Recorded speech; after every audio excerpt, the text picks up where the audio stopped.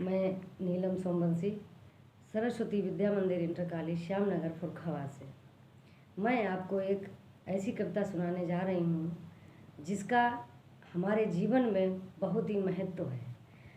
मैं एक ऐसे पक्षी की कहानी सुनाने जा रही हूँ जिसे बच्चे बूढ़े सभी के दिल और दिमाग में छाने वाली एक कहानी है। मैं एक कौवे पर कहानी सुनाने जा रही हूँ, कौवे की। ये सामने है आपकी कौवा है। ये कौवे की कहानी मैं आपको सुनाने जा रही हूँ। एक साधु महात्मा वन से गुजर रहे थे। एक साधु महात्मा वन से गुजर रहे थे। तो गुजरते गुजरते जैसे ही वो वन से निकले और ऊपर कौवा बैठा था, तो कौवे ने जैसे ही आंसू की बूंद उस महात्मा के ऊपर से गिराई, तो महात्मा जी ने जैसे ही ऊपर देखा तो देखते हैं कि एक कौवा रो रहा है, बहुत दुखी है, बहुत परेशान है। तो महात्मा जी ने पूछा, क्यों भाई, तुम इतना दुखी क्यों हो? तो कौवे ने कहा कि प्रभु, कि आप मैं क्या कर सकते हो मेरे लिए? आपने हमारा क्या जीवन मेरा बना सकते हो? तो महात्मा जी कहते हैं कि बताओ क्या तुम बनना चाहते हो? बनना क्या चाहता? एक तो मैं इतना काला हूँ, ऊपर से लोग मुझे पसंद नहीं करते हैं, और जब मुझे याद किया जाता है, जब लोग ख़त्म हो जाते तो श्राद्ध में काम आता हूँ मैं, और जूठा मुझे खाने को मिलता है, तो मुझे लोग बिल्कुल याद नहीं करते हैं, बिल्कुल पसंद नहीं करते हैं। तो महात्मा जी ने कहा, तो तुम चाहते क्या हो? अरे महात्मा, तो आप क्या कर सकते हैं? तो कौवा बड़ा दुखी होकर कहता है, प्रभु मुझे कुछ क्षण के लिए क्या बना दो? हंस बना दो। तो गुरु जी कहते हैं, हंस बना दो? क्यों? बोले महात्मा जी, हंस का कितना अच्छा जीवन है और लोग इसे कितना पसंद करते हैं, कितना सफ़ेद है, कितना अच्छा है और बहुत अच्छा इसका जीवन यापन है। तो हंस हमें कुछ पल के लिए हंस बना दो। तो महात्मा जी कहते हैं कि ठीक, मैं हंस बना दूंगा, लेकिन आप जाइए पहले हंस भैया के पास और जा कर के उनसे पूछिए कि आप खुश हैं अपने जीवन से। तो कौवा जैसे दौड़ दौड़ के जाता है, कौवा दौड़ के जाता है हंस के पास और कहता है हंस भैया, आपकी कितनी सुंदर जीवन है, आप कितना सुंदर विचरण करते हैं, नदी में तैरते हैं, तालाब में तैरते हैं, पोखर में तैरते हैं, तो आप कितने सुंदर लगते हैं। तो हंस ने कहा कि आपको कैसे मालूम कि मैं बहुत खुश हूँ? मैं अपने जीवन से बिल्कुल खुश नहीं हूँ। तो कौवे ने कहा, अरे भैया कैसी बातें करते हो, तुम कितने सुंदर दिखते हो, तुम सफ़ेद हो, लाल तुम्हारी चोंच है और तुम कितना अच्छा तैरते हो। जब तैरते हो तो लोग तुम्हारी सेल्फी लेते हैं, फ़ोटो लेते हैं, और तुम्हें देखने के लिए विहार करने आते हैं, घूमने के लिए आते हैं और तुम्हारा आनंद लेने के लिए आते हैं। तो हंस कहता है कि नहीं भाई, मैं बिल्कुल खुश नहीं हूँ। ये भी कोई जीवन है? जैसे मरने के बाद इंसान के ऊपर कफन पहना दिया जाता है, मेरा वो कलर है। लोग हमारी फ़ोटो खींचते हैं तो हमें पता ही नहीं चलता है कि हमारी फ़ोटो खींच रही है कि पानी की फ़ोटो खींच रही है। तो ये भी कोई जीवन है? हमारी पता ही नहीं चलता है किसका फ़ोटो खींच रहा है। तो मैं अपने इस जीवन से बिल्कुल खुश नहीं हूँ। तो कौवा और हंस दोनों उड़ के गुरु जी के पास जाते हैं। किसके पास जाते हैं? गुरु जी के पास जाते हैं। तो ये दोनों जाके कहते हैं, गुरु जी, मुझे हंस भी नहीं बनना है। और हंस कहता है, मैं अपने जीवन से बहुत दुखी हूँ। तो गुरु जी कहते हैं कि अरे भाई, आप दुखी क्यों हैं? बोले, क्या बताऊँ गुरु जी आपको कि लोग सेल्फी खींचते हैं, फ़ोटो खींचते हैं, तो ये पता ही नहीं चलता है कि हमारी फ़ोटो हो रही है कि पानी की फ़ोटो हो रही है। लोग किससे आनंदित हो रहे हैं, फ़ोटो से हो रहे हैं कि पानी से हो रहे हैं। तो इसलिए हम ऐसा जीवन जीना नहीं चाहते हैं। तो आप हमें कुछ क्षण के लिए तोता बना दो। कुछ क्षण के लिए क्या बना दो? तोता बना दो। तो तोता बनने के लिए दोनों तैयार होते हैं। तो जैसे ही दोनों कहते हैं और फिर उड़ने के बाद में जाते हैं, तो तोता क्या होता है? डाली पर बैठा होता है। तोता डाली पर बैठा होता है। ये दोनों उड़ते रहते हैं। उस डाली के पास से 3-4 चक्कर लगाते हैं। लगाने के बाद में तोता भैया से कहते हैं, तोता भैया, आप कितने सुंदर हैं। आपकी लाल चोंच है और आपका हरा हरा शरीर है, आप कितने सुंदर हैं, कितने सुंदर दिखते हैं। लोग आपको मिट्ठू कह के बुलाते हैं और अच्छी अच्छी बढ़िया बढ़िया चीज़ें खिलाते हैं, काजू पिस्ता बादाम इनका सबका नाश्ता कराते हैं और अपने घर में पालते हैं और आपका कितना सुंदर जीवन है। तोता कहता है, अरे भाई आप क्या कह रहे हो, आपको कैसे पता है कि मेरा जीवन बहुत अच्छा है, मैं बहुत खुश हूँ, मैं सत्य बोलूँ तो मैं बिल्कुल खुश नहीं हूँ। तो कौआ कहता है, क्यों भाई आप क्यों खुश नहीं हैं? अरे मैं क्या बताऊँ आपको, आपने इस पेड़ के कितने चक्कर लगा डाले। तो कौए ने जवाब दिया, 3-4 चक्कर लगा डाले। तो जैसे ही कौआ उड़ता उड़ता उड़ता उड़ता उस पेड़ के पास जाता है, तोता भैया अपनी कथा को बताता है।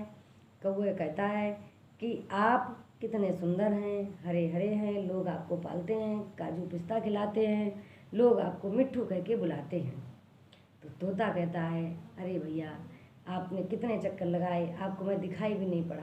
ये भी कोई जीवन है जो इतना अच्छा छुपा बैठा है और पत्तियों जैसा रंग हो जिसका, और पत्तियों में छिपा बैठा है, जब मैं बोलता हूँ तभी लोगों को दिखाई देता हूँ, ये मुझे जीवन अच्छा नहीं लगता है।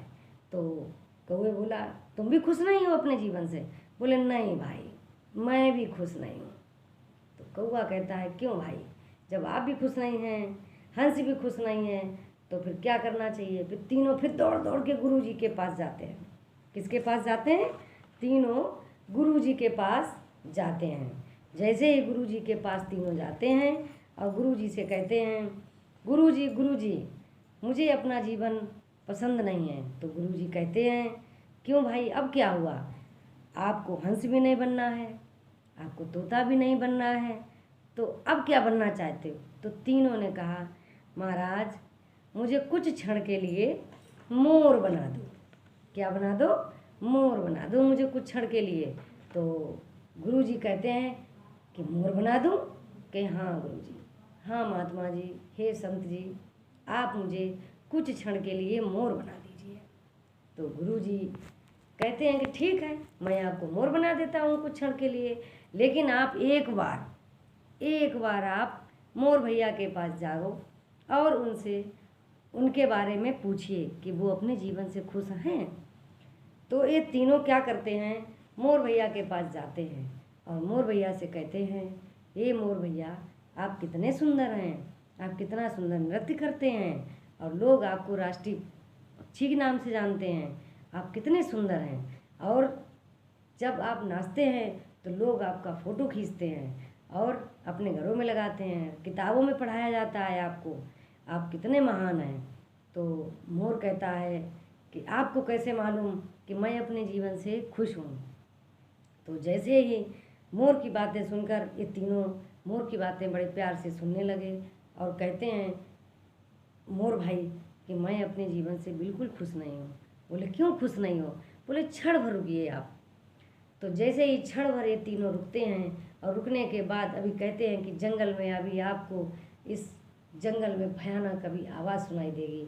तो जैसे ही मोर भाई ने इनको जवाब दिया और वैसे ही जंगल से कट कट कट की आवाज़ आती है। उस आवाज़ में पता कौन होता है?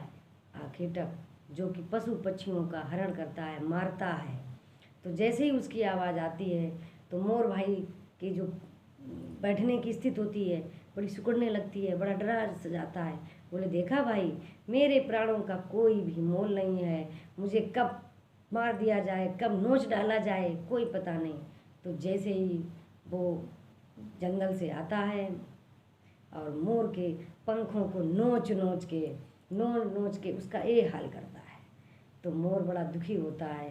मोर कहता है, देखा भाई, आपका जीवन और हमारे जीवन में कितना अंतर है, लोग हमका नोच नोच के ये हाल करते हैं। तो इससे अच्छा है कि हमारे मोर की कोई ज़िंदगी नहीं है। मोर की क्या ज़िंदगी होगी बताइए आप?